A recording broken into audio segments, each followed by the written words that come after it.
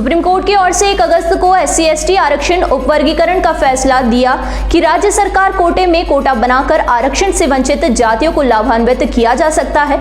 इससे अंधियारे में जी रहे आदिवासी समाज को इस आशा की किरण नजर आई है। सुप्रीम कोर्ट के इस निर्णय लागू करने के लिए आदिवासी समाज को संगठित किया जा रहा है। राजस्थान समग्र भील वर्ग आरक्षण मंच ने इस दिशा में प्रयास शुरू कर दिए हैं। मंच के वरिष्ठ सदस्य अरविंद भील बुधवार को हाड़ौती क्षेत्र के पदाधिकारियों के साथ मेवाड़ बागड़ के दौरे पर पहुंचे।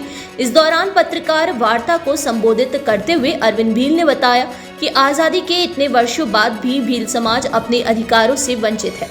अरविंद भील ने बांसवाड़ा डूंगरपुर के सांसद राजकुमार रोत पर आरोप लगाते हुए कहा कि वे आदिवासी हितों के खिलाफ काम कर रहे हैं।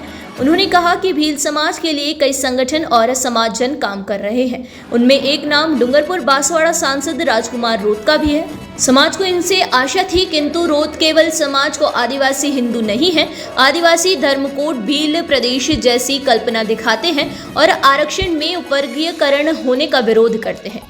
आज अगर भील प्रदेश बन गया तो उसको चलाएगा कौन, क्योंकि आप तो ईसाइयों और मुसलमानों के विकास का सोचते हैं। भील समाज सहित तमाम आदिवासी समाज के विकास से कोई लेना देना नहीं है। राजकुमार रोत ईसाइयों और मुसलमानों को ST आरक्षण देने की बात करते हैं, जबकि अभी तक भील, गरासिया, सहरिया जैसी जातियां ST आरक्षण से वंचित है। उनको जब आरक्षण में उपवर्गीकरण से लाभ मिलने वाला है तो उसका विरोध करते हैं। संस्थाएं समाज का विकास करने के लिए लगी हुई है, लेकिन आदिवासी समाज आज भी अंधियारे में है। आज हमारे भी पूरे राजस्थान में कई संगठन समाज के लिए काम कर रहे हैं। उनमें एक विशेष नाम आता है सांसद राजकुमार रोत का, जो डूंगरपुर बांसवाड़ा से सांसद है।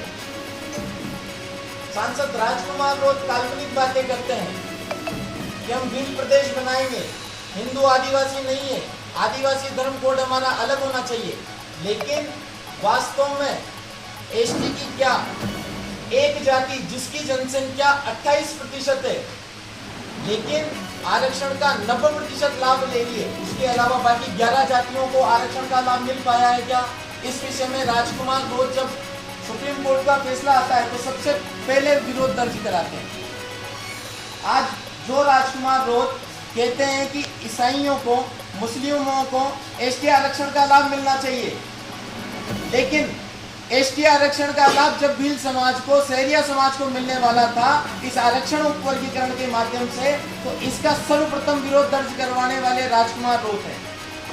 तो भील समाज का सांस्कृतिक विकास कैसे होगा? भील समाज का आर्थिक विकास कैसे होगा?